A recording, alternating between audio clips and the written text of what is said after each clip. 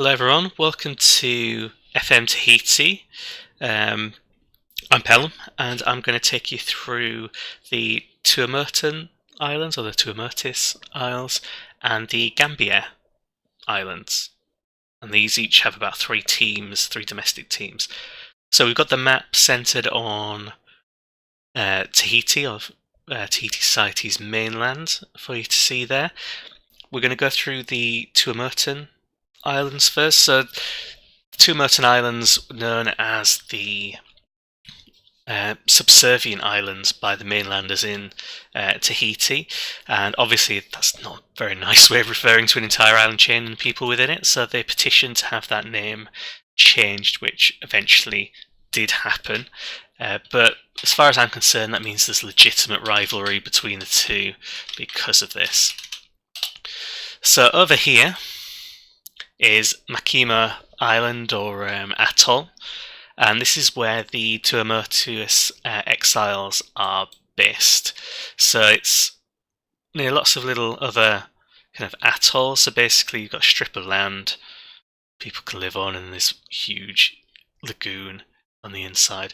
And if we scroll back,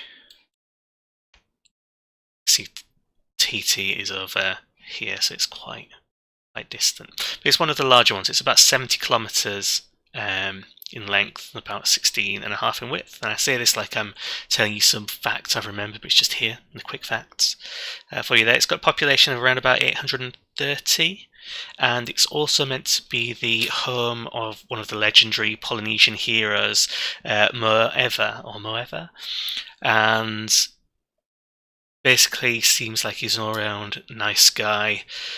Had children, adopted children, got married, looked after his villages, had some mortal enemies that he didn't like. So apparently one of his enemies tried to step onto one of his islands, and literally as he took the first step, this hero took out his magic belt, used it to make a sling, and full-on pelted him in the head from distance with a rock so hard it killed this other guy instantly, and the rock bounced off into the lagoon in the middle of Makima, which is where the rock still is. So potentially a bit of an overreaction to somebody stepping on your island, but one that's gone down in legend. So that's where the exiles play. Let's move on to Takaroa. Saved in my favourites to make it a little bit easy. So here is Takaroa. Notice it's got a very similar kind of atoll shape, land around the edge, lagoon in the middle, which means there's lots of resources potentially there in the middle. It's part of a chain, so you've got Takaroa here, also known as Tivaroa, and you've got this other atoll that's technically part of it, so it's got a bit of extra land. Part of what's known as the King George Islands, named after King George. And if we pull back a bit, so this is where Takaroa is, this is where Makima is, and then French Polynesia, Tahiti mainland is there. So it's quite far, quite isolated. Takaroa has a good source of black pearls, so they harvest a lot of black pearls around here, and there's a population of about 880 based on this sort of combined atoll. So it's got pearls, it's got that going for it. The next place we'll look for in the Tuamotus Islands, and the last place we'll look at, is Puka Puka. One of my favourite islands, not because it's got an airport, not because it's quite far from everything else. There we go, let's get back on it. But because it's part of an island chain that's also referred to as the Disappointment Islands. So there's a few other islands in this chain nearby. Not that nearby, there's not much nearby it. That's probably where the disappointment comes from. So it's known as one of the Disappointment Islands. It's got its own little airport, got a nice little lagoon in the middle filled with silt and sand. As you can kind of see, it looks a bit silty and sandy. You can see all this runoff. So yeah, called the Disappointment Islands. Spanish expedition called it the Unfortunados Islands, so the Unfortunate Islands. The Dutch explorers found it and called it Dog Island. Presuming because the head's a bit like the island looks a bit like a dog head. Maybe it's not a great name. So the Puka Puka typhoons who play here are known as the Dogs as well. And the reason why they're called the the typhoons is also because I think it's around the early 90s there was a typhoon that caused a lot of damage to the airport and the surrounding areas, and that was kind of all repaired with French assistance because it's part of a French overseas territory. It's got a population of about 160, so it's one of the smaller islands in our game. Well, one of the smaller uninhabited islands. There are plenty of islands that don't really have any people on. But those are the three from the Tuamotu Islands. We'll move on now to the Gambier Islands. The Gambier Islands are sort of on the edge, really, of the Tuamotu Islands. We'll start with the bigger one, which would be Magareva, or Mangareva, as it's also known as well. Cool looking shape to the island. There's a few islands nearby as well. Pitcairn Island, which is, I think, it's the UK's only territory in the South Pacific. It's still part of the UK, so the Pitcairns. So you see, they're all the way over here. These three love hearts here. This is where these Tuamotu islands we looked at are, and there's French Tahiti.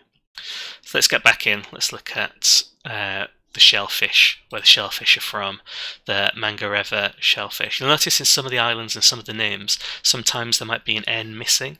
It's not just a consistent typo by me, although I think there is a typo in one of the names somewhere.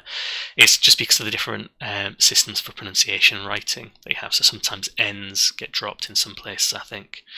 Not an expert on this, but that's what I've noticed. So, Mangareva, this is where the shellfish are, and that's because there are lots of shellfish around. So because of the coral reef system they had around here, they were able to survive a lot on the shellfish and fish within their reef compared to some of the more kind of barren islands.